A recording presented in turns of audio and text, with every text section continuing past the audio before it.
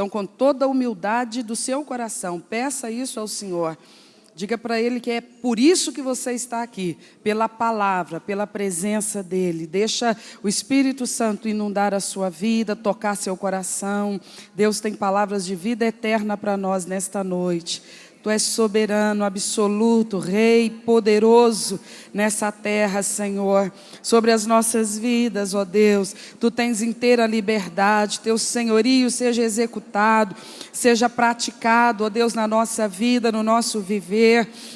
Libera a Tua palavra mais uma vez. Fala conosco, Espírito da verdade. Tu és aquele que nos ilumina para compreender os Teus escritos, os Teus registros.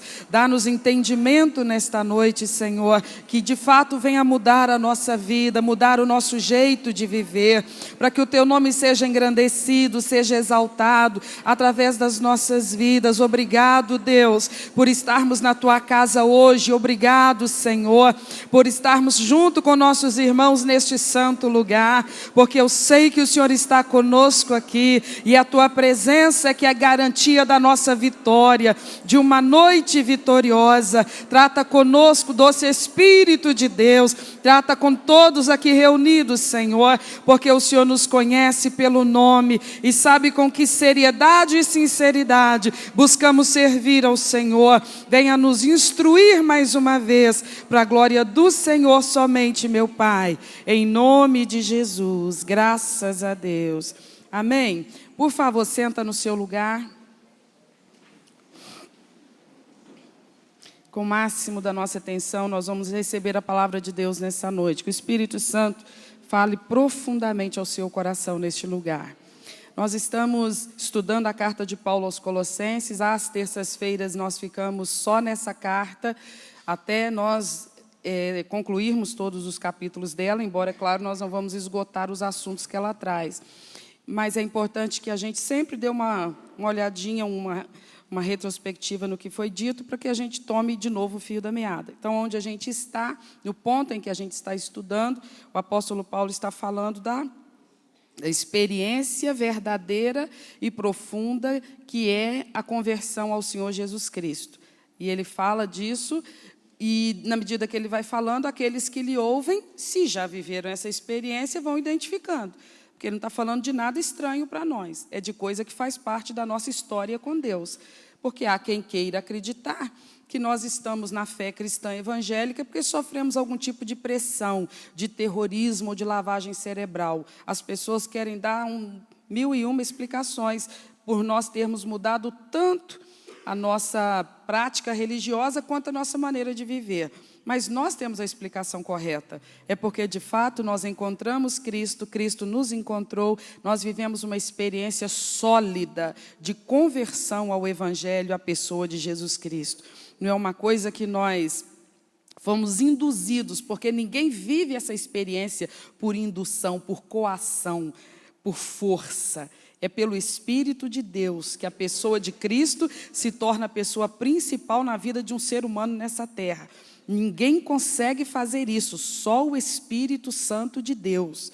Jesus Cristo, quando estava por viver seus últimos momentos na terra, ele anunciou a vinda do Espírito Santo e declarou aquilo que seria a sua função aqui na terra. E citou essa que é, sem dúvida nenhuma, a principal. Ele veio exaltar Jesus Cristo nos nossos corações, nos revelar o que Jesus de verdade é, de modo que quando eu entendo isso, eu enxergo isso, ele não pode ocupar nenhum outro lugar na minha vida que não seja o lugar principal, porque parte da minha consciência agora de quem de fato ele é. Quando eu sei quem ele é, não tem como eu não recebê-lo nesta posição de Senhor da minha vida. Se ele não recebe essa posição na minha vida, se eu não entrego a ele essa posição na minha vida, é porque meus olhos ainda não se abriram para a verdade de quem ele é. Quando ele diz que nós temos que buscar primeiro o reino de Deus e a sua justiça, ele está falando coisa que diz respeito a ele mesmo, porque em primeiro lugar o reino de Deus na terra é uma pessoa, é Jesus Cristo. E então a sua obra na vida das pessoas e na sociedade. Então, saber quem ele é e nos render a ele é essencial. Sem isso, não há vida cristã. Então, Paulo está dizendo, essa experiência pessoal e profunda que você tem, que é o que justifica você ter trocado de religião, que é o que justifica você estar mudando tanto os seus hábitos cotidianos, é essa experiência. Não é uma ditadura denominacional, congregacional, isso não funcionaria, especialmente a longo prazo. Então, o que justifica tanta mudança na nossa vida é uma genuína experiência de conversão ao nosso Senhor Jesus Cristo. É um agir do Espírito Santo que, de fato, nos faz enxergar verdades para as quais nós antes éramos cegos e ignorantes. E então, por conta dessa cegueira, toda a nossa dinâmica religiosa estava desajustada. Ela não nos levava de fato à presença de Deus, ela não estabelecia de fato nossa comunhão com Deus. Então, embora religiosos, nós estávamos a esmo na terra. Nós estávamos por nossa própria conta, ou por conta das forças que regem esse mundo, mas nós não éramos guiados pelo próprio Deus, porque nós não conseguíamos chegar até Ele naquele formato de adoração, naquele formato de serviço religioso, porque era tudo meramente externo. Não havia essa identificação de Cristo no profundo da nossa alma. Era apenas uma identidade religiosa que nós tínhamos. Nós não tínhamos uma experiência. E quando essa experiência chegou à nossa vida, aí então nós podemos aprender o caminho que leva à consolidação dessa experiência. Porque dessa estabilidade é que vai depender se essa experiência perdurará ou não.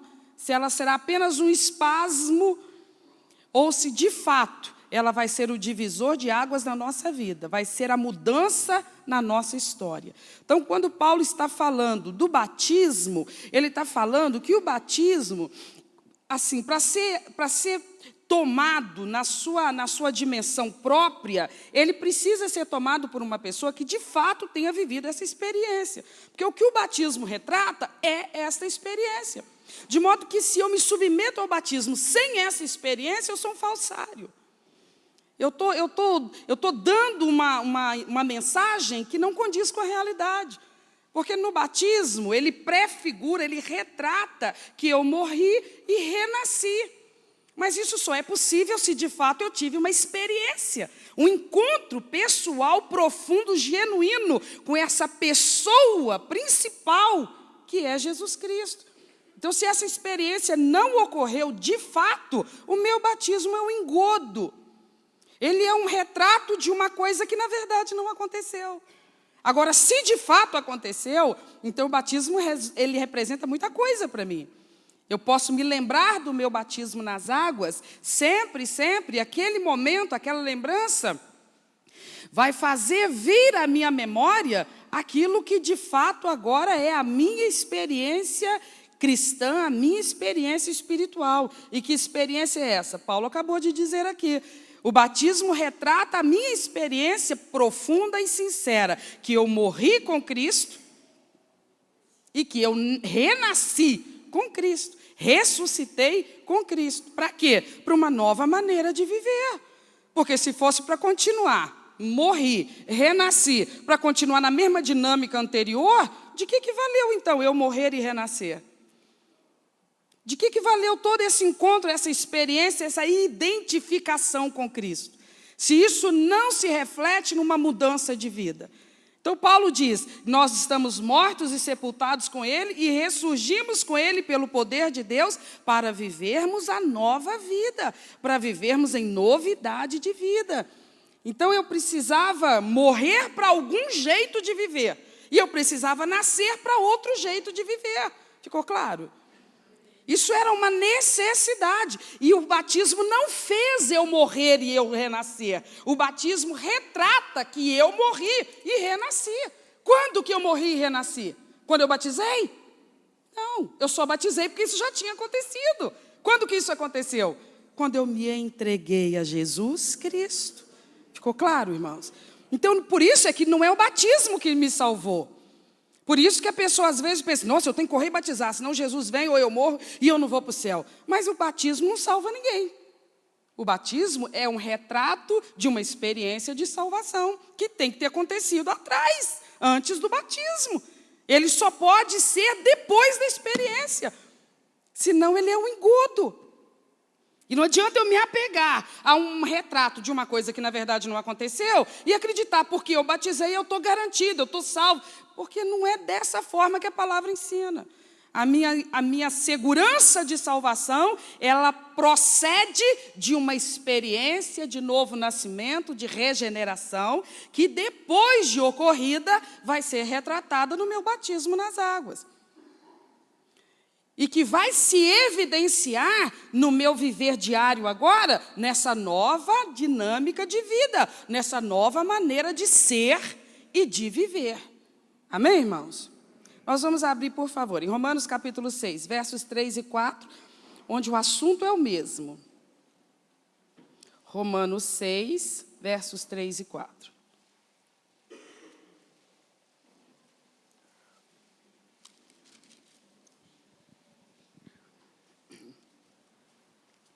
Ele diz assim, o próprio Paulo: ou não sabeis que todos quantos fomos batizados em Jesus Cristo, fomos batizados na sua morte?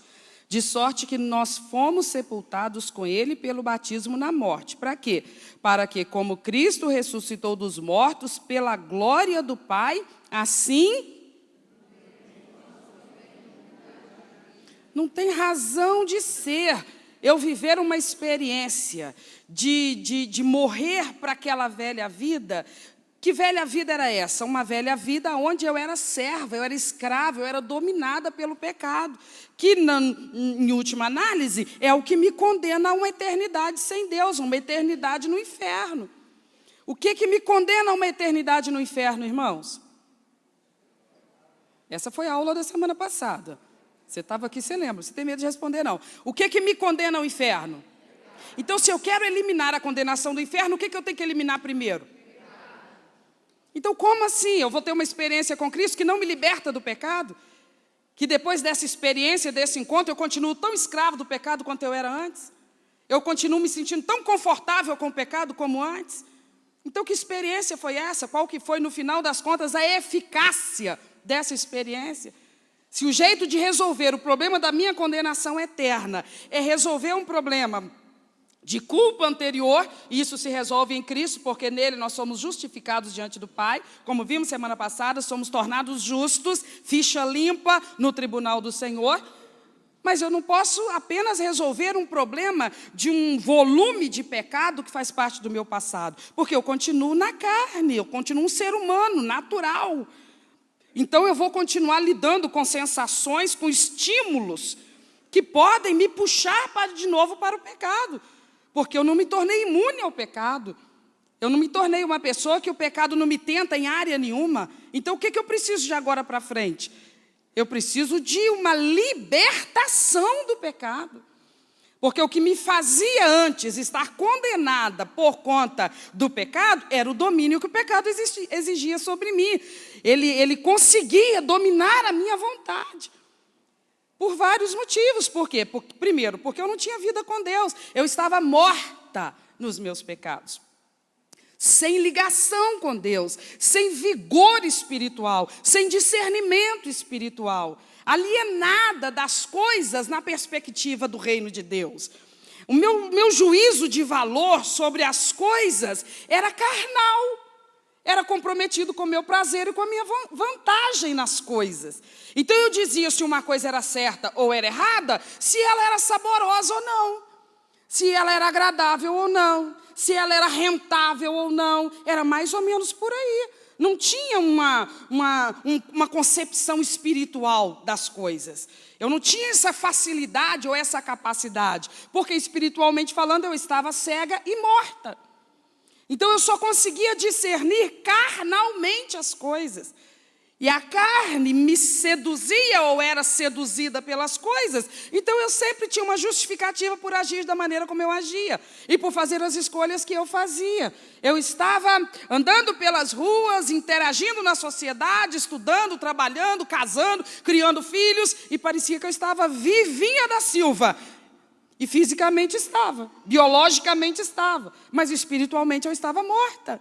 nos meus delitos e pecados, sem reação diante daquela dominação do pecado sobre a minha vida, sobre a minha maneira de ver o mundo, tão absolutamente incapacitada de discernir as coisas, que me atolava nas coisas que me condenariam numa eternidade no inferno. E eu não estava nem assustada com isso. Por que eu não estava? Porque eu não tinha noção de perigo. Eu estou falando da sua experiência antes de Cristo. Não é verdade que era desse jeito?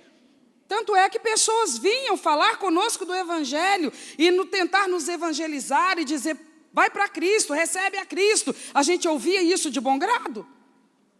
A gente gostava que viessem pontuar os nossos pecados? Não, a gente ficava era nervoso, revoltado, agitado, irritado, né? A gente, por pouco, não descia o braço num evangelista, num crente qualquer, porque parecia uma importunação, e para nós aqui não tinha lógica. Nós estávamos surdos para as verdades do reino de Deus. A nossa situação era gravíssima, irmãos, porque o pecado é gravíssimo. Ele é tão grave quanto é grave a condenação à qual ele nos leva. O pecado não é um assunto banal, é o assunto mais sério sobre o qual se pensar. Porque ele é determinante, não apenas na história que nós vamos construir enquanto estivermos aqui na terra, mas a história que vai se seguir a partir do momento em que daqui nós sairmos. Então Paulo está dizendo, não se confunda com a graça. Não imagine que a graça seja apenas o favor e a generosidade de Deus em não levar em conta o tempo da sua ignorância. A graça traz direitos, mas a graça também traz deveres. A graça traz benefícios, mas a graça também traz rigores, severidade de um Deus que requer dessa nova criatura um novo jeito de viver. Senão não há razão de ser, para se dizer que se é nova criatura. Mais um texto, João, palavras do próprio Cristo, João 8,34. E depois nós vamos voltar aqui para Romanos 7. Mas primeiro vamos ver o que Jesus mesmo diz. Eu vou ler os versos 33 e 34. 33 e 34 de João, capítulo 8.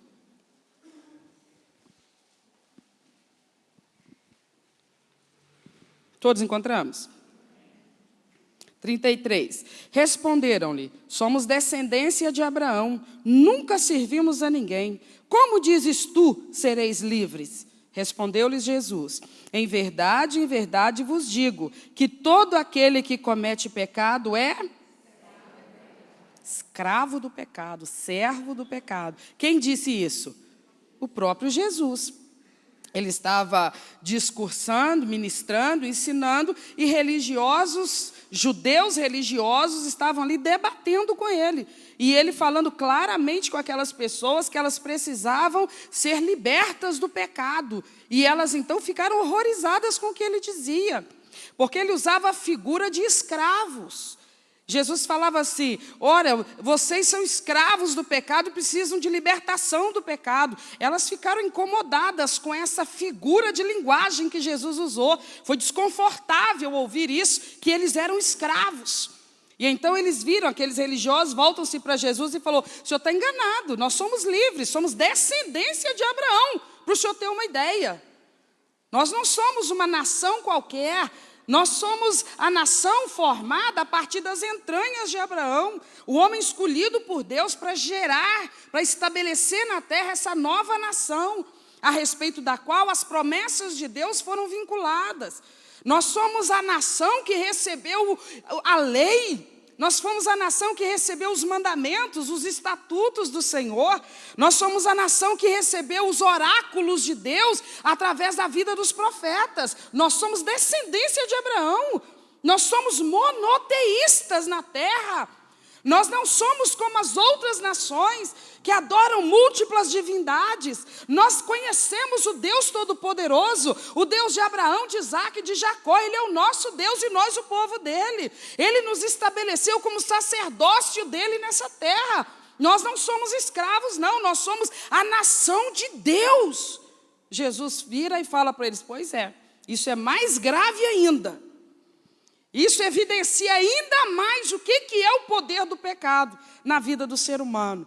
Porque se nós estivéssemos falando de pessoas oriundas de outras nações, politeístas, pagãs, satanistas e por aí afora, então a gente poderia dizer, mas tem lógica, né?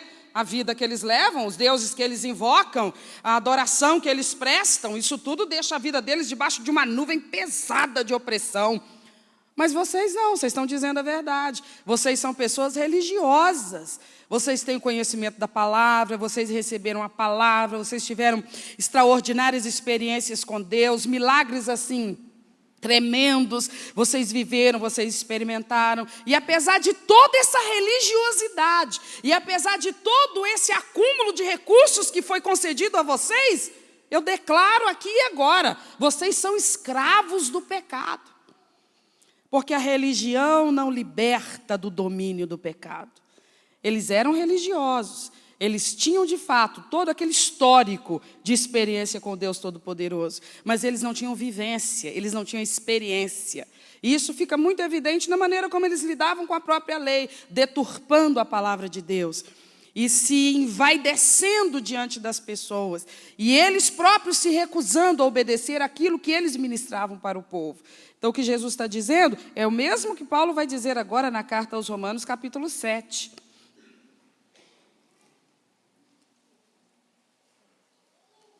Capítulo 7 de Romanos, do versículo 15 ao 23, é o que nós vamos ler agora.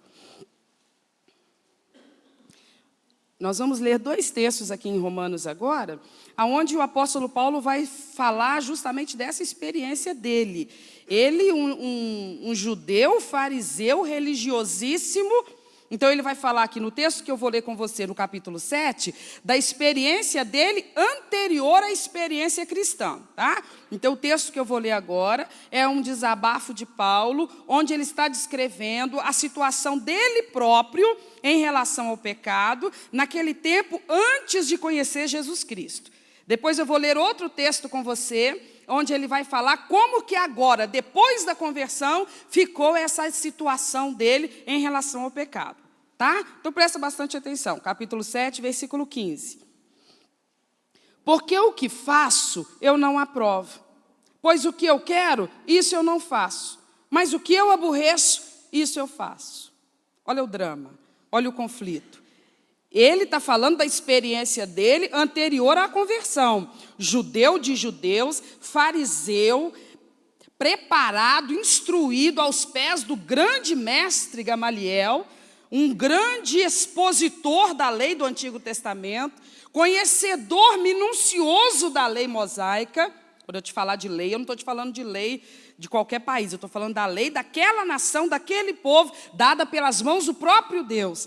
Então, o Paulo está falando assim, eu não era um neófito, uma pessoa que não tinha noção da vontade de Deus, não. Eu conheci desde criança, eu conheço a palavra de Deus. Desde criança, vim de um berço religiosíssimo. Fui treinado, fui preparado, não apenas para absorver, mas para ensinar, para transmitir a outros os conceitos do ensinamento bíblico. Agora, deixa eu falar, ele está desabafando, ele está falando assim, deixa eu abrir meu coração e te contar como é que é a minha história.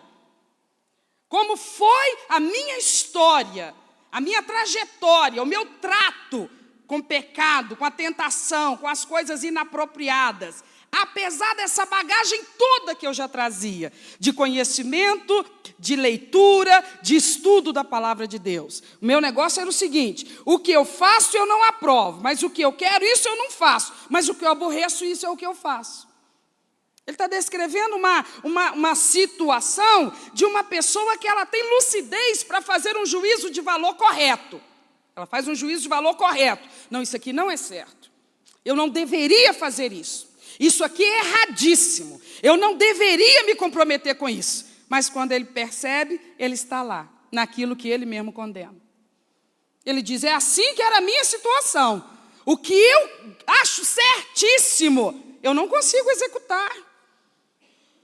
Eu olho para mim mesmo. Agora eu não estou falando da vida do Pedro, nem do Tiago, nem do João, nem do Filipe. Estou falando de mim, Paulo. A minha experiência anterior à conversão era essa.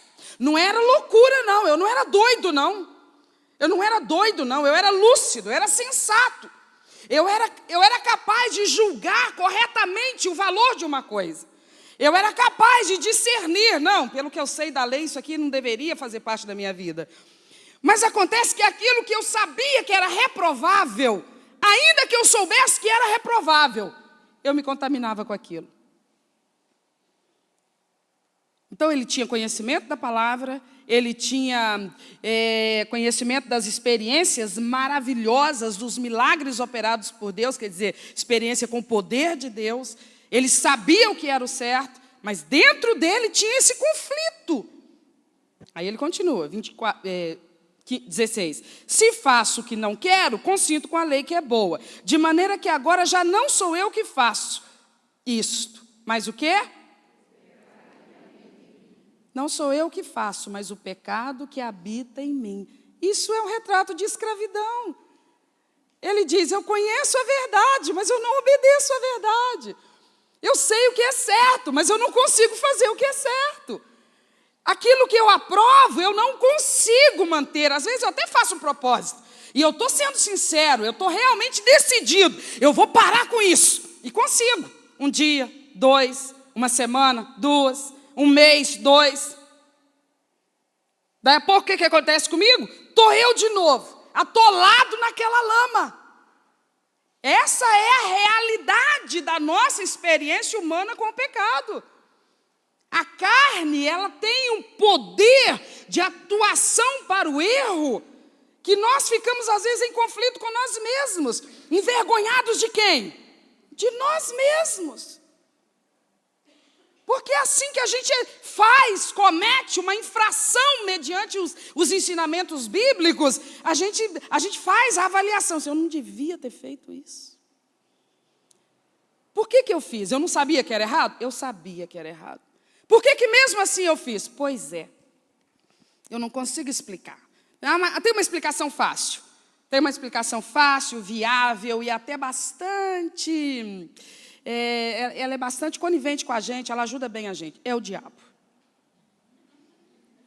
Não é? A culpa não é sempre dele, não é tudo dele. Nós somos robôs e ele está com essa bola toda. Ele faz e acontece. É assim que funciona, irmãos? Não é verdade. A verdade é que o diabo só entra onde tem espaço para ele. Ele consegue influenciar, ele consegue oferecer uma possibilidade, mas ele não consegue te obrigar a fazer aquilo. É só você voltar ao Éden. O propósito dele era levar o primeiro casal a desobedecer uma ordem específica de Deus. Ele pega o fruto e enfia para a goela abaixo da Eva e do Adão? Como é que ele fez? Qual foi a dinâmica? Como é que a coisa funciona? Ele sugere, ele faz propaganda, ele tenta manipular. Mas por que ele foi bem sucedido ali? Me muda o final dessa história aí. O que tinha que ter acontecido para que ele não fosse bem sucedido como ele foi? O que tinha que ter acontecido? Hein? Era só a Eva não ter dado confiança para ele. Era só a Eva ter falado, não, até que o que você está falando faz sentido, o trem parece que é bom mesmo. Mas quer saber de uma coisa? Eu sou mais a minha lealdade ao meu Deus. Para trás de mim, Satanás. Ela foi-lhe oferecida uma oportunidade, uma possibilidade, mas ela teve liberdade de escolha. Ela fez a opção dela. E eu olho para a história e você olha e fala assim, mas tinha que pegar ela e dar uma coça, né? Olha o que ela fez com a nossa vida, por causa dela, não é? Olha por causa dela o que é a nossa vida hoje. Você vai me desculpar, mas a culpa não é só dela, não. Porque hoje, as ofertas de Satanás não são para Eva mais. A Eva já morreu, já virou pó, né? Agora as ofertas dele são para quem? Para nós. Então nós estamos mantendo o modelo dela, o exemplo dela. Se é dessa forma que nós temos respondido e correspondido. Paulo diz, eu acho essa lei dentro de mim. O pecado me domina. Ele não está exagerando. Nós sabemos disso. A nossa experiência diária como servos de Deus, como luz desse mundo e sal dessa terra, nós sabemos que o conflito é permanente. Nós temos que vigiar o tempo todo. É um instante de distração. E a gente faz o que não deveria fazer, pensa o que não deveria pensar, olha o que não deveria olhar. É verdade ou não é? Então a nossa estrutura, embora convertidos, a nossa estrutura ainda é carne, ainda é humana, suscetível ao pecado. Por isso que agora nós precisamos experimentar todo o poder da ressurreição de Cristo em nós. Porque Paulo diz que por causa do poder da ressurreição de Cristo e porque eu ressuscito com Ele, eu posso, hoje, ter liberdade em relação ao pecado. Mas isso não é automático, isso é um aprendizado. Vamos continuar. Versículo 18. Porque eu sei que em mim, isto é, aonde? Na minha carne, não habita bem algum. E com efeito, o querer está em mim, mas eu não consigo fazer o bem. Eu até tenho boas intenções. Eu prometo, e quando eu estou prometendo, eu estou sendo sincero. Mas eu tenho que falar a verdade. Eu não consigo. Eu não consigo parar com isso. Quando o homem luta sozinho contra o pecado, é desse jeito que a história vai e segue. O Paulo está sendo aqui muito direto e claro e minucioso. Eu preciso parar, mas eu não consigo. Ele está falando da experiência de um homem que ainda não teve um encontro com Cristo Jesus. Ele está falando dele mesmo, que antes de se converter, era religioso. Mas aquilo não era suficiente. Ele está dizendo, sabe como é que foi a minha história e a minha experiência moral e ética antes da conversão? Foi assim, dramática desse jeito. Eu não consigo mudar as coisas nas quais eu preciso mudar. No meu temperamento, no meu jeito de ser, de tratar as pessoas, de agir.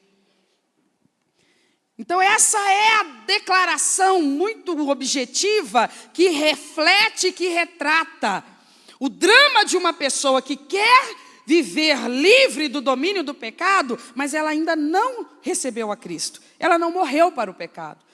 Então ela não ressuscitou também, porque para ressuscitar primeiro ela tem que... Só pode ressuscitar quem um dia... Então, se ela ainda não morreu para o pecado, ela não tem a nova vida que a ressurreição em Cristo lhe dá.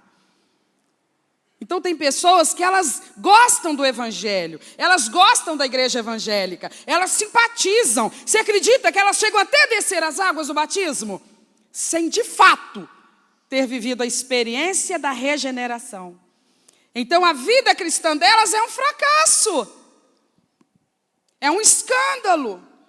É um contrassenso, com a boca elas confessam que Jesus é o Senhor da vida delas, mas nas práticas diárias, quem domina elas é outro Senhor, é o pecado, do mesmo jeito que era antes. E continuam em relação a isso igual era antes. Qualquer um que vier apontar o dedo e mostrar o seu pecado, denunciar o seu pecado, elas não gostam não. Para de julgar, por que você está me julgando? Jesus falou assim, não julga para não ser julgado. E eu, hein? A pessoa realmente convertida, quando alguém lhe pontua as suas falhas, ela se sente atingida, ferida, atacada? Não, ela recebe, ela diz, obrigado, você me prestou um serviço. Se eu não tivesse recebido esse alerta, talvez eu ia direto para um abismo lá na frente, do qual talvez eu nunca mais conseguisse sair. Então, o que o apóstolo Paulo está dizendo, irmãos, é a experiência de uma pessoa lutando sozinha contra o pecado, sem a nova vida que só se consegue através de uma experiência sincera com Cristo Jesus. É uma experiência frustrante. Ele diz, eu não consigo. Versículo 19. Porque eu não faço o bem que eu quero, mas o mal que eu não quero, esse eu faço. Então, o pecado ele não fica simplesmente na intenção. Ah, mas eu não sei, eu gosto tanto disso. Ai, misericórdia, mas eu não posso. Nossa, mas eu gosto tanto disso. Ai, mas misericórdia, eu não posso. Ai, mas isso é maravilhoso, mas misericórdia, eu não posso. Hoje não vai, amanhã não vai, depois de amanhã não vai, mas lá na frente vai. Porque o pecado é muito forte, a sedução é muito forte. Eu tenho certeza que você sabe do que eu estou falando. O pecado é tremendo, irmãos. Ele entra na mente da pessoa. Ele escraviza o imaginário da pessoa. É por aí que entra a flecha, o dardo inflamado do maligno. Ele entra na mente, no pensamento. E no pensamento, no imaginário, ele potencializa o prazer que ele vai causar, a satisfação que ele vai causar. É um engodo, é um engano, é uma mentira tão extraordinária que o diabo coloca através do pecado na mente da pessoa, que a pessoa passa a acreditar naquele potencial todo de satisfação. E na maioria das vezes, depois que ela vai lá e executa, efetua o que até então estava só no seu imaginário, a frustração não tem palavra para descrever. A frustração chega a quase doer, que a pessoa pensa, o que sobrou? Sobrou vergonha. Sobrou vergonha, sobrou derrota, sobrou prejuízo em vários segmentos da minha vida. E no final das contas, não foi tudo aquilo que eu achei que seria. Porque não consegui resistir, porque o pecado me seduziu. Eu pensava nele da hora que eu acordava até a hora que eu ia dormir. Ele tomou conta da minha mente, dos meus pensamentos. Eu só pensava naquele pecado, eu só pensava naquilo. Tudo em volta de mim fazia lembrar aquilo. Meus olhos eram atraídos por tudo o que pudesse lembrar aquilo. E eu ficava dimensionando a coisa. E na minha alma, aquilo foi se alastrando de uma tal maneira que quando eu vi, eu caí. E sabe o que aconteceu quando eu caí? Me frustrei. Porque eu vi que o pecado me enganou. Ele mentiu para mim. Ele me fez acreditar que me daria um retorno que na verdade não deu. Foi tão rápido, foi tão mínima a sensação, a satisfação, o lucro. O que sobrou depois de tudo isso? Sobrou uma vergonha. Como é que agora eu vou fazer? Como é que eu vou fazer agora com isso na minha bagagem? Como é que eu vou fazer agora com isso no meu histórico? Você está entendendo? Você está conseguindo entender o que eu estou te falando nessa noite, pelo poder do Espírito de Deus? A verdade, irmãos, é que o que o apóstolo Paulo está dizendo, o pecado ele não é uma coisa que eu executo no primeiro instante em que ele vem na minha mente, não. Ele primeiro se aposta do meu imaginário, da minha mente. Eu dou lugar, eu dilato a minha mente para caber mais imagens a respeito daquela prática. Então aquilo toma conta da pessoa. E quando a oportunidade vem, a pessoa já está entregue, ela já está dominada. Ela já está dominada. Porque quando a mente dela não consegue se libertar daquele pensamento, ela já está dominada. Porque o que ela está pensando agora é exatamente o que ela vai fazer daqui a pouco. Se ela não assassinar, não abortar o pecado no seu imaginário, ele vai lhe dominar. Ele vai tomar conta dela de uma tal forma que ela pode ter muita ética, ela pode ter conceitos morais magníficos que recebeu da sua casa, da sua família, dos seus pais. Ela pode ter uma bagagem assim, uma reputação e uma boa intenção, mas ela é carne, ela é ser humano. O pecado é feroz. O pecado é uma fera que quer devorar o indivíduo. Depois de tudo, o agente emissário dessa tentação maldita fica lá dando gargalhadas, enquanto vê o coitado ali, estrebuchado no chão da vergonha, da derrota, da reputação destroçada, e sabe-se lá que tantos outros prejuízos essa queda vai trazer para a pessoa. Então Paulo diz, a luta de um indivíduo sem Cristo contra o pecado é uma luta que o fim já está declarado. Não tem chance do homem sozinho lidar com isso. Boas intenções são importantes, mas não bastam. Não é arma suficiente. Porque não é toda hora que a gente está forte. Não é toda hora que a gente está bem. O pecado vai saber esperar o momento propício. Quando eu estiver revoltado com alguma coisa. Por exemplo, eu não sei se você já viu esse princípio da sociedade maligno ao extremo. Coisa das eras modernas. Onde muitas vezes uma mulher fala assim, olha, eu não resisti, sabe o que aconteceu? Eu acabei traindo meu marido. Um cara lá na empresa, ele jogou conversa para cima de mim, você sabe o que aconteceu? Ele me falava coisas que o meu marido não me falava. Você sabe o que é? Me dar carinho, me dar palavras cativantes, me elogiava, coisa que meu marido não fazia. Eu fiquei incomodada no começo, mas depois aquilo foi me cativando. Olha, eu não sei o que eu faço agora, porque se meu marido souber, eu vou perder meu casamento, eu vou perder minha família. Não era isso que eu queria. O que eu faço? Eu digo, primeiro, deixa eu te dar uma coça, depois nós vamos conversar. Mas isso é uma coisa, irmãos, que é o argumento que se usa hoje em dia. Uma pessoa que estiver rendida a Cristo, ela já é serva de Cristo, então ela não vai ser serva de mais ninguém. Então, quando esse enviado do inferno vier buzinar no ouvido dessa mulher de Deus, quando ele começar, só dele olhar assim de um jeito mais longo para ela vai olhar bem dentro da menininha do olho dele e falar assim, o que foi? Como assim? Eu estou surtando ou você está me olhando com um olhar estranho? Não, mas eu acho você não tem que achar nada de mim, não. Você tem que achar da tua mulher. Tu é casado, sem vergonha. Você tem que achar da tua mulher. Gente, não se brinca com o pecado. Aí talvez uma colega vai observar a cena e lá no refeitório vai assim, mas tu é muito burra, tu é muito boba. E não existe mulher igual tu, mas não. Teu marido nem te dá confiança, não tem tempo para tu.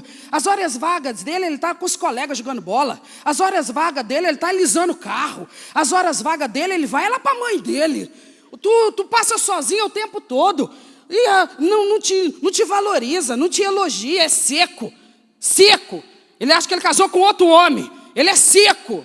Ele não sabe tratar uma mulher. Tu vive comentando isso comigo. Agora o cara está ali, ó. Sabe, mas ele está doido contigo, ele não está com brincadeira não, ele não quer fazer hora com a tua cara não. Satanás é insistente. Talvez um primeiro dia, um segundo dia, a pessoa vai aguentando, um dia o marido faz um desaforo, ela chega no serviço, essa mensagem de novo. Mas se ela realmente tem Cristo como Senhor da sua vida, ela vai virar para esse homem e vai dizer, olha, eu vou te falar uma coisa, meus ouvidos femininos adorariam ouvir coisas carinhosas dos lábios do meu marido, mas meus ouvidos femininos, antes de serem femininos, eles são cristãos. Isso significa que eles só aceitam ouvir palavras carinhosas de um homem nessa terra, o meu marido. Mas ele não fala, morro sem ouvir, mas tu não tem o direito de me dizer o que você está me dizendo.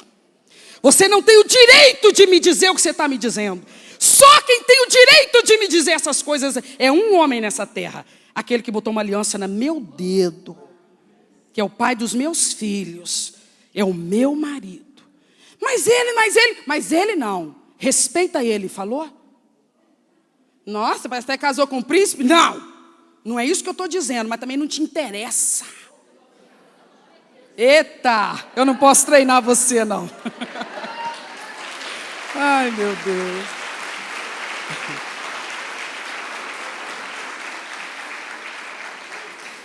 Eu estou fazendo toda essa encenação para mostrar para você, irmão, que tem jeito de fugir do pecado. Quando você é mulher de Deus, quando você é homem de Deus, tu tem armas, tu tem recursos. Só tem um detalhe, tu tem que ser firme.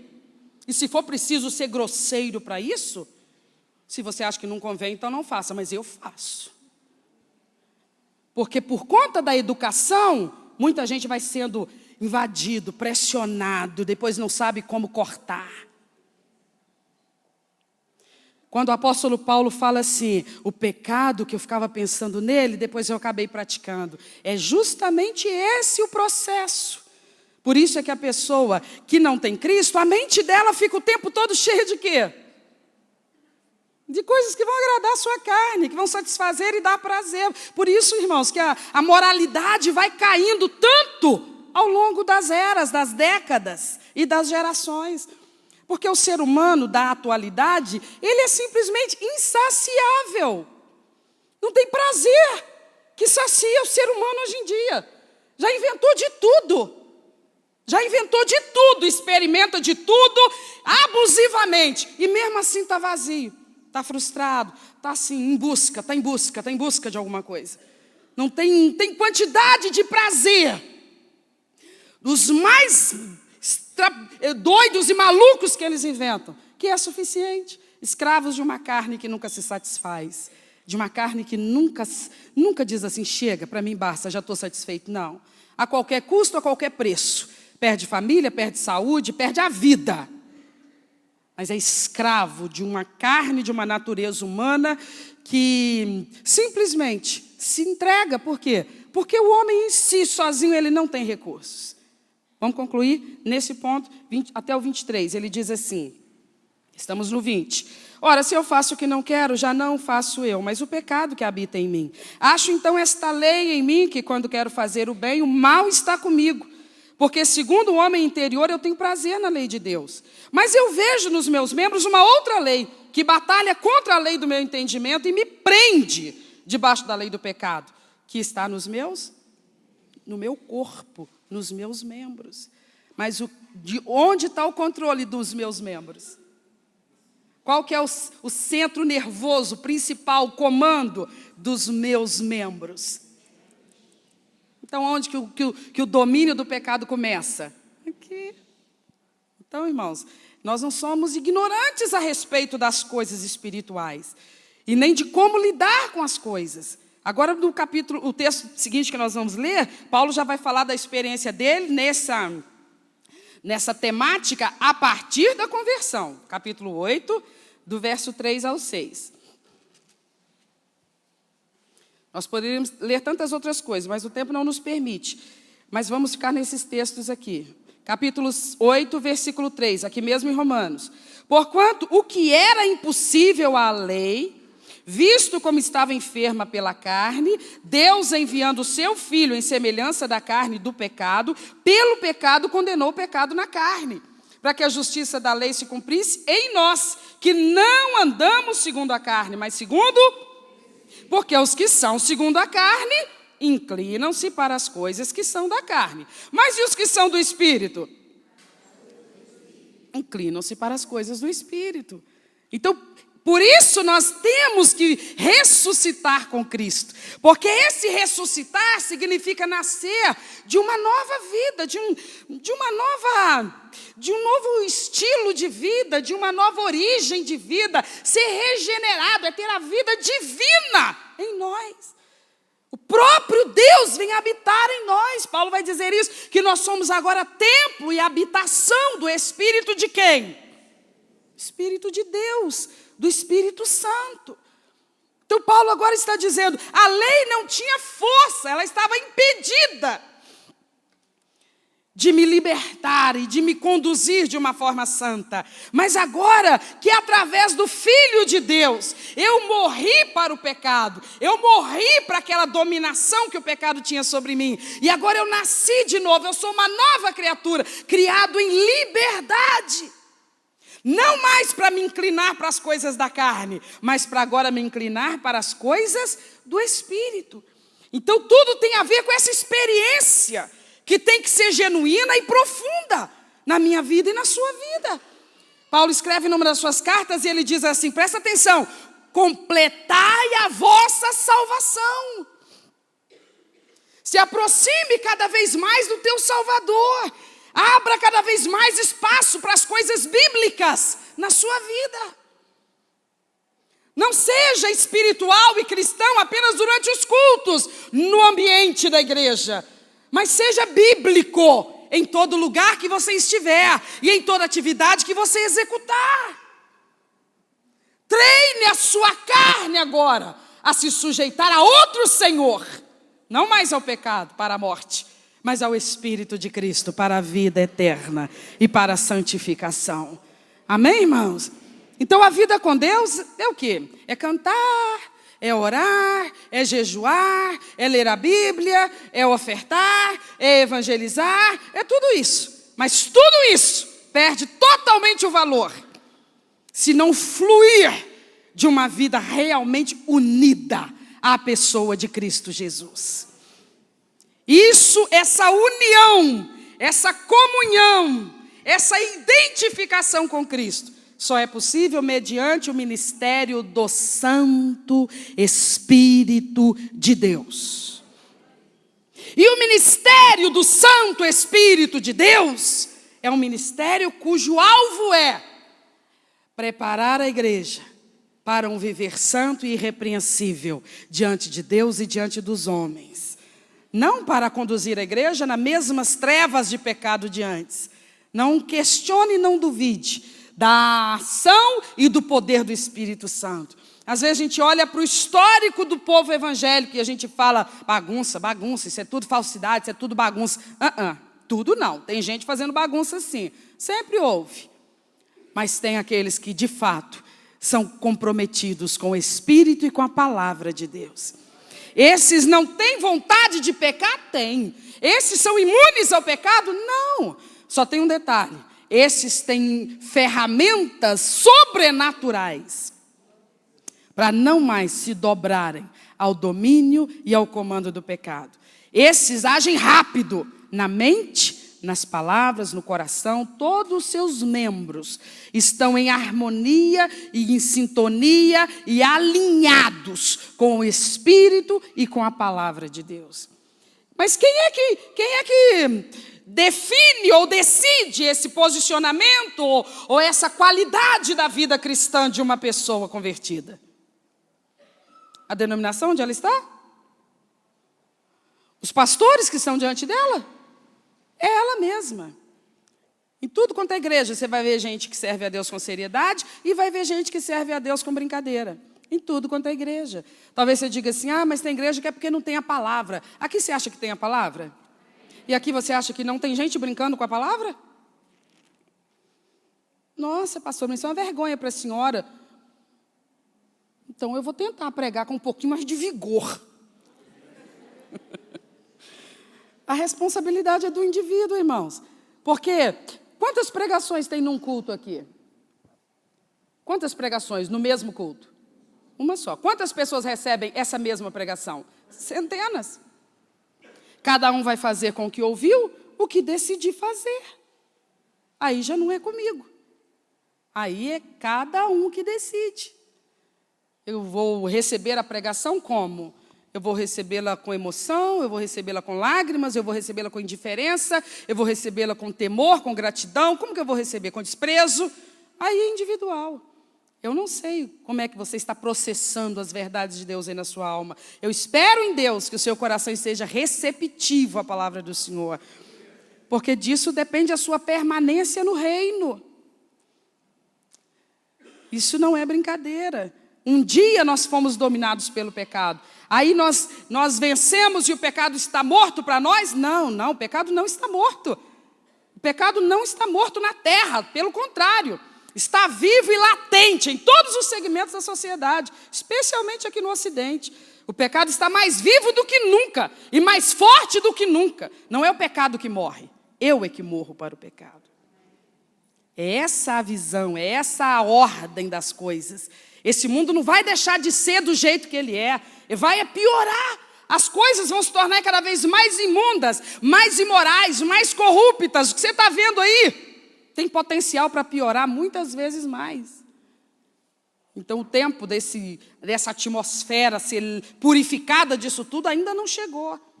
Mas eu vivo nesse tempo em que essa purificação ainda não acontece. Mas eu posso ser purificado. Eu posso viver de um jeito onde o pecado não me domina mais. Mas aonde que precisa começar o agir do Espírito e da palavra? Na minha. 2 aos Coríntios, por favor, capítulo 6, versículos 14 ao 18. 2 aos Coríntios 6.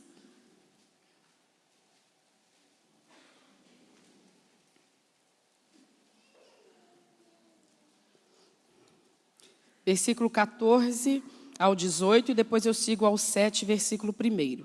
Podemos?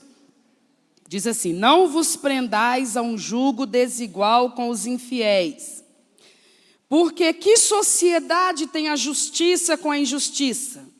E que comunhão tem a luz com as trevas? E que concórdia há entre Cristo e Belial? Ou que parte tem o fiel com o infiel? E que consenso tem o templo de Deus com os ídolos? Porque vós sois o templo do Deus vivente. Como Deus disse, neles habitarei, entre eles andarei, e eu serei o seu Deus, e eles serão o meu povo. pelo que saí do meio deles. Apartai-vos, diz o Senhor, e não toqueis nada imundo. E eu vos receberei, e serei para vós pai, e vós sereis para mim filhos e filhas, diz o Senhor Todo-Poderoso. Mas olha o que o apóstolo Paulo está falando. Ele está falando com quem? Fica muito claro aqui a quem ele está se dirigindo. Vamos voltar aqui no texto? Vai acompanhando aí, olha, no versículo de número 14, ele diz assim, que sociedade tem a justiça com a injustiça? Então ele está falando com os justos. E que comunhão tem a luz com as trevas? Ele está falando de quem é luz. Ele não está falando assim, que comunhão tem o que carrega uma carteirinha de crente, de membro de uma igreja de crente, e aquele que não tem uma carteirinha de membro de uma igreja de crente. É a carteirinha de membro que define? Não. Ele está falando assim, olha, tem gente dentro da igreja. Ele não está dizendo que é todo mundo que está dentro das igrejas, mas tem gente dentro da igreja que é justo. De fato está justificado em Cristo Jesus, porque ele teve de verdade uma experiência de regeneração. Sem essa veracidade da experiência de conversão, não há justificação, porque os céus não podem ser enganados, porque o tribunal celestial não se confunde. Eu não posso simplesmente vir aqui à frente, levantar minha mão e falar, eu estou aceitando Jesus. Se é verdade ou não é, o pastor que está ali diante de mim não sabe, não tem como ele saber. Se é verdade ou não é, meu marido ou minha esposa que estão ali testemunhando não sabem, não tem como eles saberem. Se é verdade ou não é, meus pais ou meus filhos que estão ali vendo, não sabem, não tem como eles saberem. Mas e os céus, eles podem ser enganados? Se eu abrir a minha boca aqui diante do altar, diante de um apelo e disser, eu estou aqui levantando a minha mão e me convertendo, eu quero ter Jesus como o Senhor da minha vida, os céus não se confundem. Os anjos não vão correndo lá na maior precipitação, escreve meu nome no livro da vida, sem verificar primeiro se isso foi de verdade, não. Tem gente que fala assim, como é que é então? O nome é escrito no livro da vida e depois é tirado do livro da vida. Escreve de novo e tira de novo, é assim que funciona? Os céus são diferentes da terra, meus irmãos. Aqui a gente nunca tem certeza se o que a pessoa está falando é de verdade ou é da boca para fora. Mas os céus não se enganam. Por isso que Paulo diz, lá fora tem injustos, pessoas não justificadas, mas dentro também tem. Jesus fala de outra forma, ele diz, há o trigo, mas também há a ovelha, mas também há os... Isso tudo junto e misturado. Então quem é quem? Você não sabe, eu não sei. Eu posso estar sentado aí na cadeira da igreja, participando do louvor, cantando, chorando, orando, e do lado de mim está um bruto de um bode. Mas eu olho para a cara dele, eu não sei que ele é bode. Ou eu sou o bode. E ele olha para mim e não sabe que eu sou bode. Que eu sou um falsário, que eu sou um imitador de evangélico, de convertido, de crente. A terra não tem recursos para identificar a sinceridade e a honestidade de uma declaração de vida com Deus. Mas os céus não se enganam. O reino de Deus é diferente das coisas que tem aqui na terra, gente. Então Paulo diz assim, que comunhão há entre o que está justificado e o que não está justificado? Aí eu falo assim, não, senhor, então eu não vou nem ter amigos que não sejam crentes. Mas e todo mundo que é crente, está justificado? Às vezes, Satanás ele não tenta arrastar uma pessoa para o mundo usando uma lá de fora, não. Ele usa alguém do lado de dentro mesmo. Com maus conselhos, depreciando a pregação do evangelho. Tem gente que fica sentada aqui ouvindo a pregação, assim que o culto acaba, lá no portão já começa a falar, o que é aquilo? Não tem lógica isso não. Não, concordo com nada daquilo que falei hoje. Eu vou fazer o que com um trem desse? Não vou fazer nada, isso não é assunto meu. A minha obrigação é o quê? Te trazer a palavra de Deus. Abençoados os ouvidos receptivos a essa palavra. Felizes os corações que recebem de bom grado a palavra de Deus. É para você que eu prego. É para você que eu gasto horas do meu dia estudando essa palavra e orando ao Espírito Santo que me usa. É por sua causa que eu amo o chamado e o ministério que Deus me deu. Eu prefiro acreditar, me faz bem acreditar que todo mundo recebe de bom grado. Mas eu não sou tão ingênuo assim. Então Paulo diz assim, você tem que ser muito Lembra que nós falamos no domingo, final do culto, que a gente tem que buscar de Deus o discernimento? Talvez essa seja a época mais importante desse dom na vida do crente e da igreja. Discernir as vozes, de que espírito sois. Porque Deus não é Deus de confusão, irmãos. Deus não está aqui fazendo confusão na terra, nem dentro das igrejas, nem dentro das famílias. Deus estabeleceu fundamentos para a ordem social e espiritual da espécie. E Ele não vai agir para poder detonar esses segmentos, esses fundamentos. Às vezes, as igrejas lutam com o espírito de contenda e de desunião. Quem é que consegue promover contenda dentro da igreja? Quem está lá fora e nunca pisa aqui? É só quem já está aqui dentro.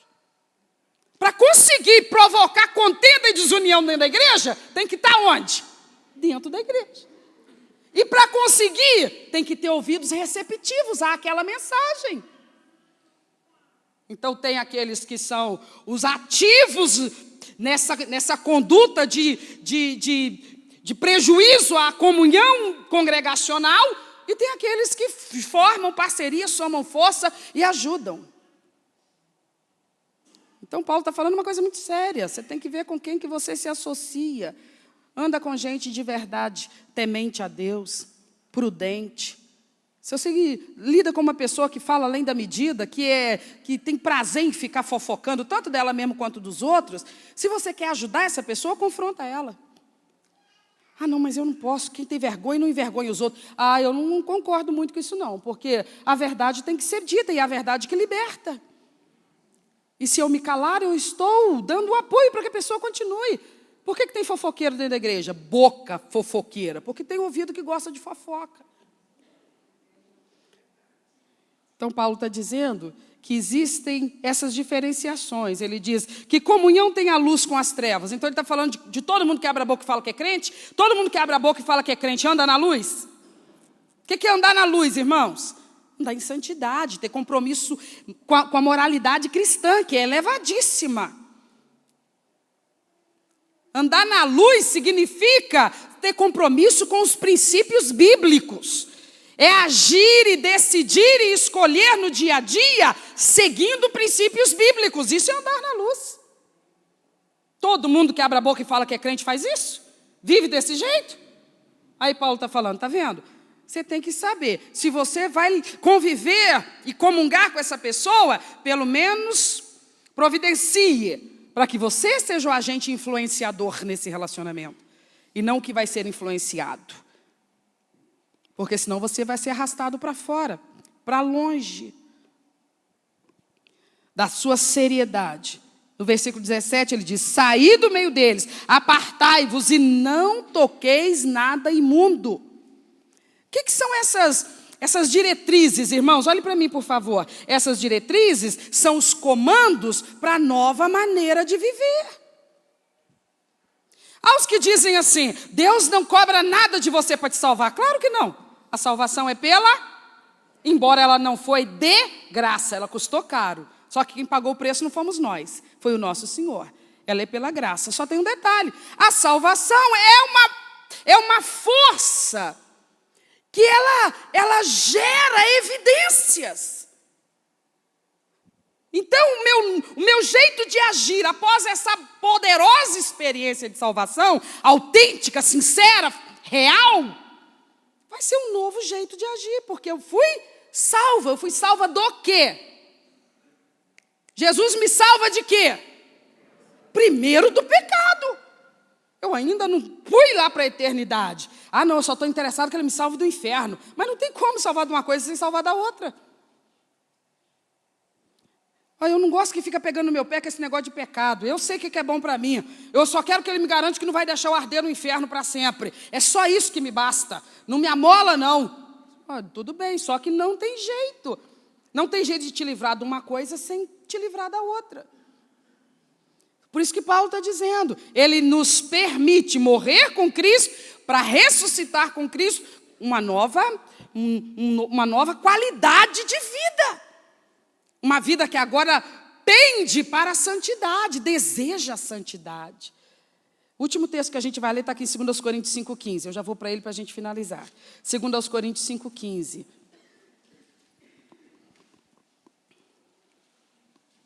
Paulo diz assim: e tudo provém de Deus. Não, estou no 18, desculpa.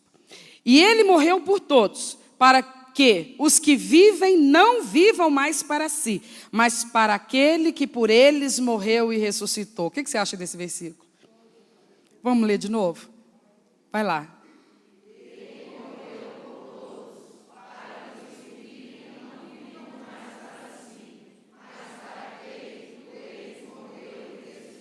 O que você acha desse versículo? Precisa de explicação? Para quem que nós vamos viver? Para aquele que morreu por nós. Ele não é uma religião, ele é uma pessoa. A gratidão deve ser a tônica da minha relação com ele. Eu sou tão grata porque ele pagou a dívida que era minha. Ele me justificou perante os tribunais celestiais. Ele me libertou da escravidão do pecado. Como é que alguém que me beneficiou tanto, eu vou recompensá-lo com a minha rebeldia, com meu coração endurecido, com meu orgulho, com a minha vaidade, com a minha inflexibilidade diante da palavra? Eu não aceito correção, eu não aceito correção. Como assim? Está muito claro. Ele morreu para que eu viva para ele. Ele morreu por mim para que eu viva para mim mesmo? Não. Ele morreu por mim para que eu viva para o mundo? Não. Ele morreu por mim para que eu viva para ele. O acordo é esse. A aliança é essa. Então a nova maneira de viver é uma responsabilidade que eu tenho que aceitar, que você tem que aceitar, que os verdadeiros salvos têm que aceitar. Mas tem um detalhe: quem verdadeiramente está salvo, viveu uma experiência salvadora de verdade, não aceita essa responsabilidade com pesar, não. Tem prazer em aceitar essa responsabilidade. Como diz o salmista: o meu prazer está na lei do Senhor, e na sua lei eu medito de dia e de noite. Prazer. Não é imposição dolorosa que a gente atende assim, reclamando, murmurando e dizendo: coitadinho de mim, eu sou obrigado, eu não posso ir aqui, eu não posso ir ali.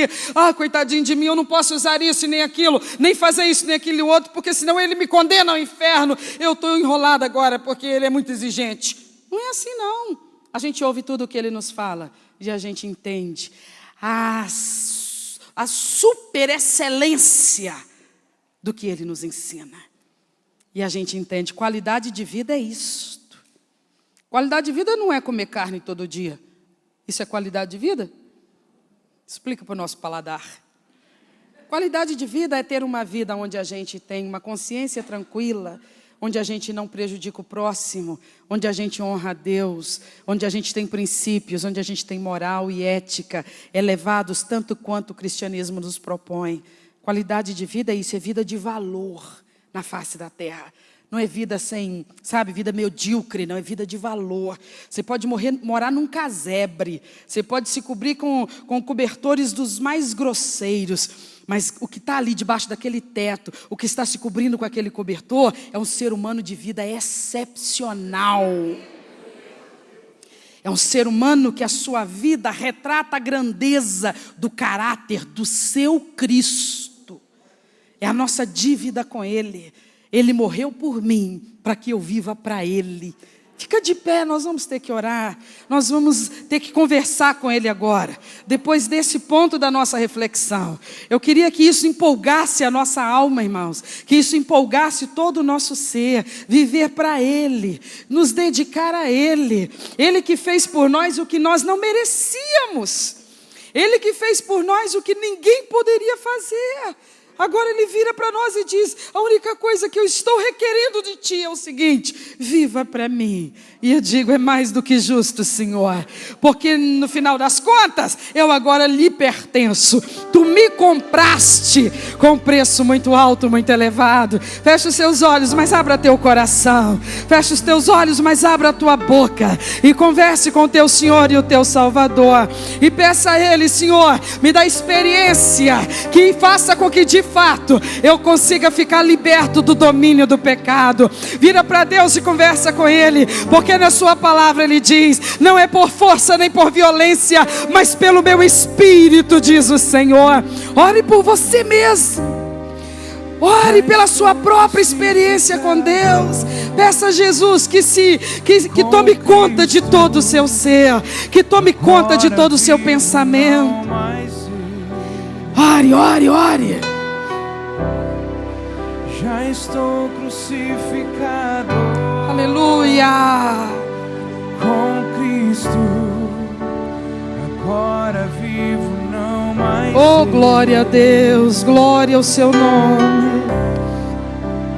Cristo vive. Aleluias. Aleluia. Vai enchendo o teu povo, Espírito Santo. Cristo vive em Vai tomando conta do teu povo, Espírito de Deus. Aleluia. Vem como um rio, Senhor. Inunda esse lugar. Inunda nossos corações, ó Deus. Agora vivo. Aleluia. Viver para ti, Senhor. Ensina-nos a viver para ti, Senhor. Com Cristo. Aleluia. Agora vivo, não mais eu. Desperta, desperta. Desperta teu povo, Senhor. Já estou crucificado. Ministra nesse momento, Espírito de Deus. Com Cristo. Essa profunda libertação, Senhor. Agora vivo, não mais eu. Aleluia. Cristo vive em Graças a Deus. Aleluia. Cristo vive em mim. Bendita a tua presença, Senhor. Aleluia. Cristo vive em mim. Aleluia. Glória ao teu nome, Senhor. Agora vivo, Bendita não a mais sua obra eu. nas nossas vidas, Deus. Bendito o teu mover, o teu agir. Bendita a tua palavra. Bendito o teu Espírito Santo que está na nossa vida, Senhor. Bendito o teu fogo consumidor que purifica a nossa alma, como o fogo purifica o ouro. A tua palavra e a tua presença purifica nosso caráter, purifica o nosso ser. Tu tens direito, tu tens liberdade, Senhor, de atuar em nós profundamente, meu Deus. Completa a tua obra, Espírito Santo. Oh Deus, completa a tua obra em nós. Nós nos rendemos ao Senhor. Nos rendemos ao Senhor. Toma todo o nosso ser. Toma todo o nosso ser, meu Pai. Aleluias. Dá-nos experiências profundas contigo, Deus. Maravilha de Deus. Estou crucificado. Canta, canta, canta, canta. Com Cristo. Declara, é a sua verdade, é a sua experiência. Não mais eu. Canta com gratidão, aleluia. Já estou crucificado. Com Cristo. Agora vivo, não mais eu. Cristo vive em mim. Declara isso. Graças a Deus. Aleluia. Cristo vive em mim. Aleluia. Cristo vive em mim. Aleluia. Agora vivo, não mais eu. Glória ao teu nome. Aplaude e adora ao Senhor. Engrandece o nome dele. Engrandece o nome dele. Engrandece o nome dele. Bendito, bendito é o Senhor. Grande Salvador da nossa alma. Nós te adoramos, Jesus. Graças a Deus. Graças a Deus. Graças a Deus. Louvado seja o nome do Senhor. Na próxima terça-feira, irmãos, nós vamos nos aprofundar um pouquinho mais nessa dependência do poder de Deus, do agir do Espírito Santo, para nós vivermos essa nova vida de Deus para nós. Então não falte, eu sei que nós estamos saindo aqui da igreja agora, que o culto já está se encerrando, mas o nosso coração ainda está faminto, não é verdade? Nós temos que obedecer o horário, mas não significa que o culto acaba e Deus tem que se calar. Ele vai continuar tratando conosco, nos dando profundidade de entendimento das coisas que Ele tem nos falado nessa noite. Amém? Eu fico muito feliz de você ter vindo, ter podido vir. E eu sei que é sempre uma bênção quando nós estamos na casa do Senhor. É um encontro